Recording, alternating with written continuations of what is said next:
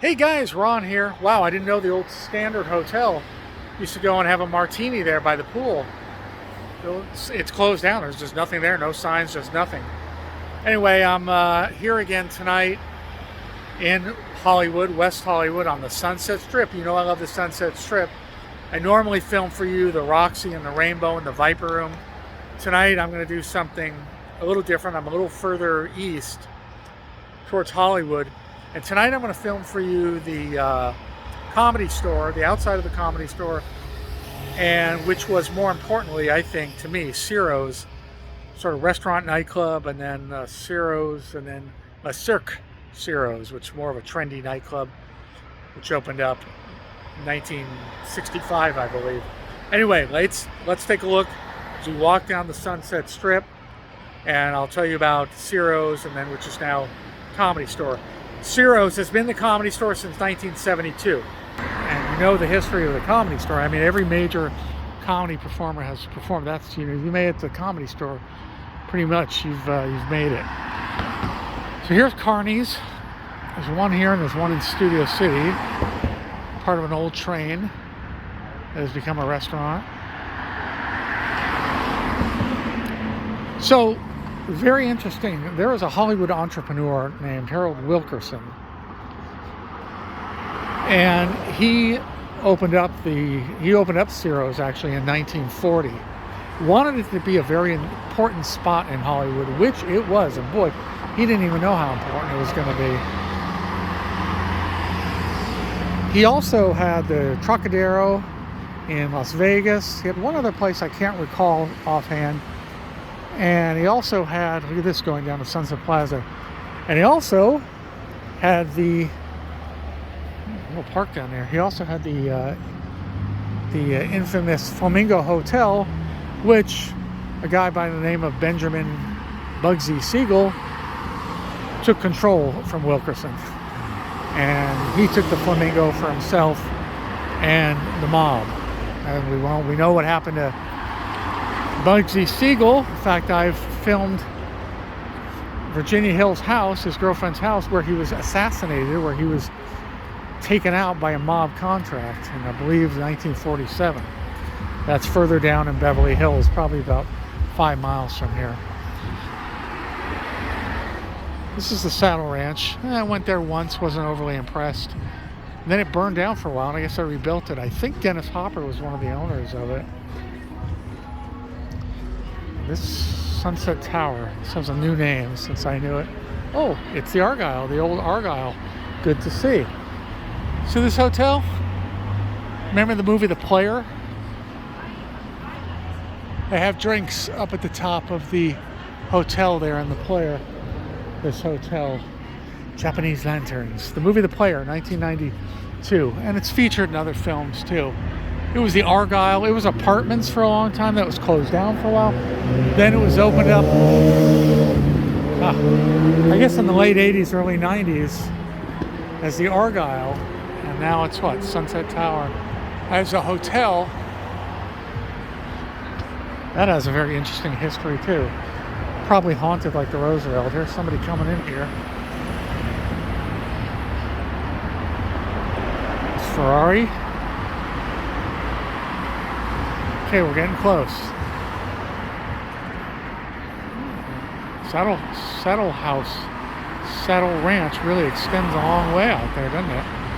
Hard to hear over all this traffic. I'll try to speak up. So, anyway, check out the movie The Player and check out the hotel where they have a meeting up by the pool there to have drinks. It's the movie where they meet, where he runs into Malcolm McDowell and Andy McDowell. No relation. Okay, moving right along. Just the marquee. It's still tourist season, even though it's mid-September. There's really tourists all year long, but usually it kind of slows down in August, but not this year. See this? This is the old Continental Riot House, otherwise known as the Riot House. This is where Led Zeppelin and the Rolling Stones would skate through the hallways, occupy an entire floor, have orgies. This is where, I believe this is where Keith Richards is seen in the 1972 film, or of the 72 tour, throwing a TV out the window to the pool, which was one of the more tame things they did. And look at that. It's even called the Riot House Bar and Restaurant. Yep, it used to be the Continental Hyatt House, which was known affectionately as the Riot House in the 70s and later. Like I said, Led Zeppelin and the Stones were really famous for their antics there. Boy, to be a fly on that wall, huh? Oh, a lot of people coming too. All right, let's talk about, see, we're coming up to the Comedy Store, which it says had its 50th anniversary. That's exactly right, because it became the Comedy Store in 1972. It was Ciros until then. Let's see if we can get up here and then get a shot. So this building is very interesting and purportedly haunted, as a lot of things here are. Dressed up girls. You know you're on the Sunset Strip when you have dressed up girls. Thank you. She just flipped me off. A lot of anger with today's youth. A lot of aggression. But that's okay. The internet has made subsequent generations insane in a lot of ways. A lot of anger, a lot of aggression, a lot of bad stuff. But again, not the purpose of this video, just my personal opinion.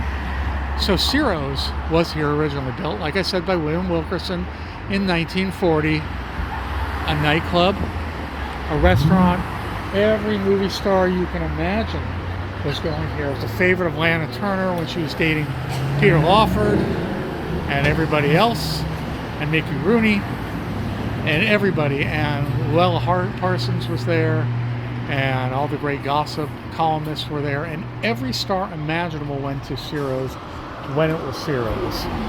Okay? It was the place to be.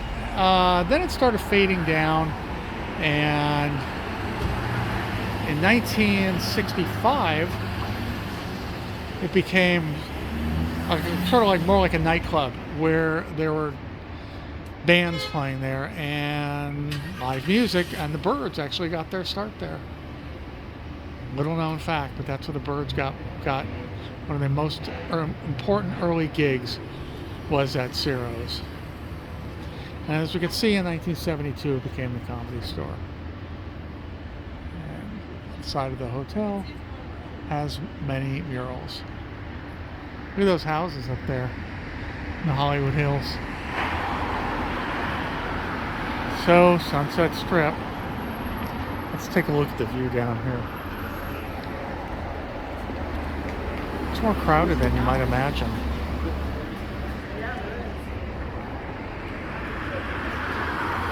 Right where I want to go.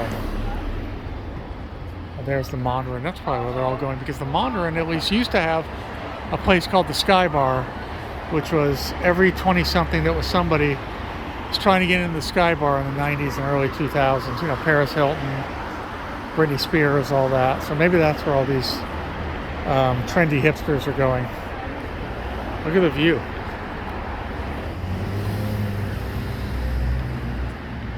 That blinking light there are the oil fields, the oil derricks up in the Culver Hills in Culver City.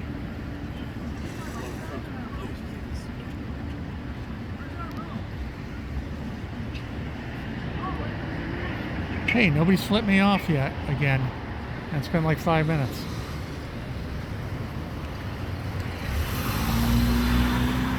Guess I'm just from another era. People were definitely more respectful, and I can only attribute it to the internet and cell phones and you know, being able to say whatever you want, sending naked pictures of yourself to people, just engaging in generally unruly, aggressive behavior because it's safe, I guess, from behind a phone or a keyboard.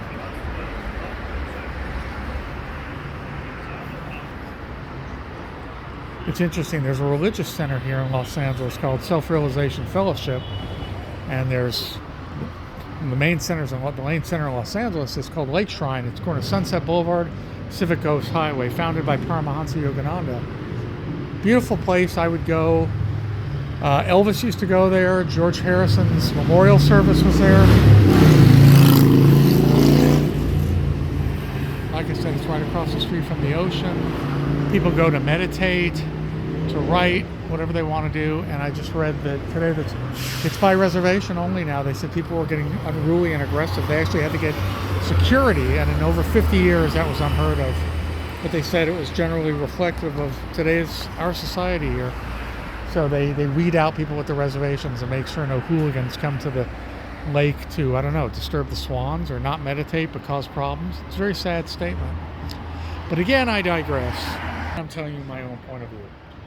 All right, folks. Well, enough of the speeches.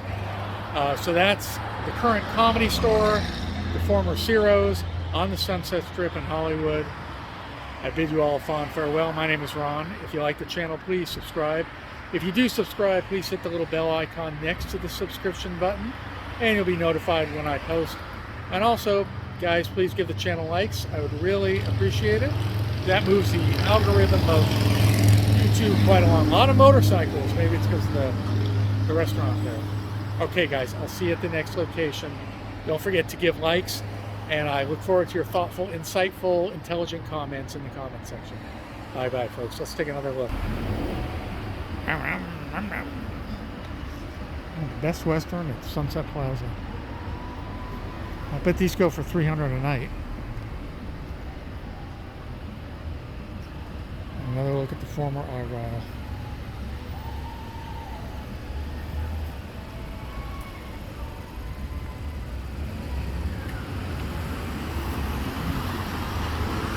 All right, Kings Road.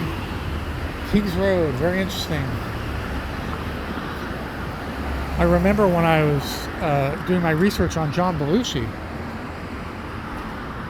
and the week before that tragic week that he was here in LA, before he died, also here in LA, that he would go to a fairly modest A-frame house up here on Kings Road behind the Comedy Store, so it must wind around. And apparently it was a drug den. It was he would go and freebase there, and not freebase. Well, they were freebasing there too, but it was a shooting gallery basically. So heroin, coke, freebasing, you name it. And Belushi ordered his driver to take the limo up this street here, Kings Road, go to that house, and he was in there getting high for several hours before he'd come back to the limo driver, who worked like almost a 24-hour shift from the Beverly Hills Hotel, and Beverly Hills Hotel actually changed its policy afterwards because Belushi kept this driver up so long. Gave him coke to stay awake, I think, at one point, but he didn't have any food in him, so that was a problem too. Whew. That marijuana is very strong that they're smoking. Whew. Man, it's strong. All right, final shot of the Argyle. What a crazy place Hollywood is, huh? All right, guys. See you at the next location if I get out of here alive tonight. Remember Jim Morrison in the book, no one gets out of here alive. And they were down at the Whiskey, just a couple miles down. All right, guys. See ya. Bye.